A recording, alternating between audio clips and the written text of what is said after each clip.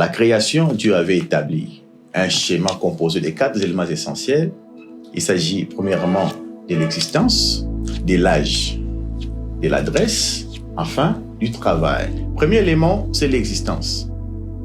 Dieu va créer l'homme qu'on appelle Adam.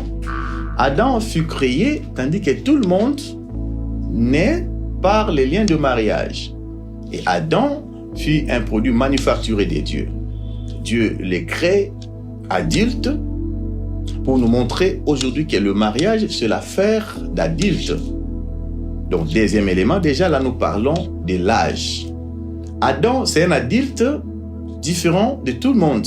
Pourquoi? Parce que lui n'avait pas dépassé. Un adulte qui n'avait pas dépassé, c'est Adam. Dieu va faire la troisième chose. C'était quoi? C'était l'adresse. L'homme devait avoir un lieu, on peut le localiser facilement. Donc l'adresse était un élément très important pour l'homme. Dieu l'établit où? Dans les jardins. Quand vous allez voir dans le livre de Genèse chapitre 2 verset 15, on dit Dieu prit l'homme et les plaça dans les jardins. Donc c'était les domiciles d'Adam. Et c'est même dans les jardins là que le Seigneur va lui donner ce que nous appelons le travail comme occupation. Le travail, une forme de prise en charge. Et responsabilité également que l'homme devait déjà avoir. Rien à voir avec le péché parce que le travail a intervenu avant la chute de l'homme. Et après le travail, Dieu a vu que l'homme, il n'est pas bon qu'il soit seul. Et Dieu va créer, à l'aide de l'os qu'il a prise de sa côte, une aide qui lui sera semblable. Dieu, quand il créait, l'homme fut endormi. Il se réveille. Ces premières les impressions que Adam avait eues, c'est vraiment un enseignement pour nous aujourd'hui.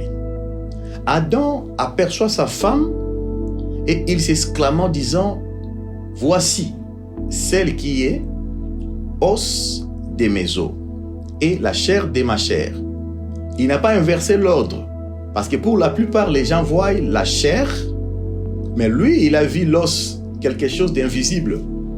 C'est juste pour vous dire que leur mariage a duré même après la peine. La sanction est tombée, Dieu les a chassés du jardin, mais ils sont restés ensemble. Pourquoi? Parce que l'homme avait vu l'os. Or, l'os meurt avec l'être humain. Voilà ce qui faisait la force d'Adam. C'était l'origine de sa femme. Après que l'homme ait apprécié la relation, Dieu va promulguer une loi. Genèse chapitre 2, verset 24. Vous allez voir, Dieu va déclarer une parole qui sera l'objet de notre édification aujourd'hui. Verset 24. C'est pourquoi l'homme quittera son père et sa mère et s'attachera à sa femme et les deux deviendront une seule chair. Les deux verbes, le voici. Verbe quitter et verbe s'attacher. Quitter physiquement, quitter émotionnellement, je dirais même spirituellement.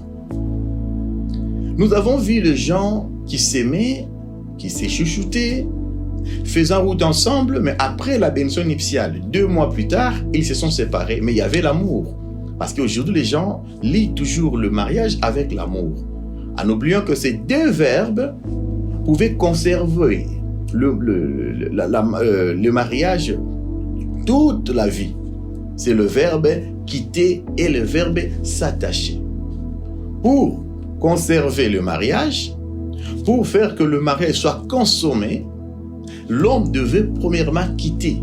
Ça, c'est la première loi que beaucoup ignorent. À la création, Dieu savait que la société allait se développer. Alors, pour avoir un mariage stable, l'homme devait quitter. Si vous êtes avec moi, conjuguez le verbe quitter. Quitter physiquement, quitter émotionnellement, si possible, quitter spirituellement. Quitter, oui, mais pour s'attacher à qui?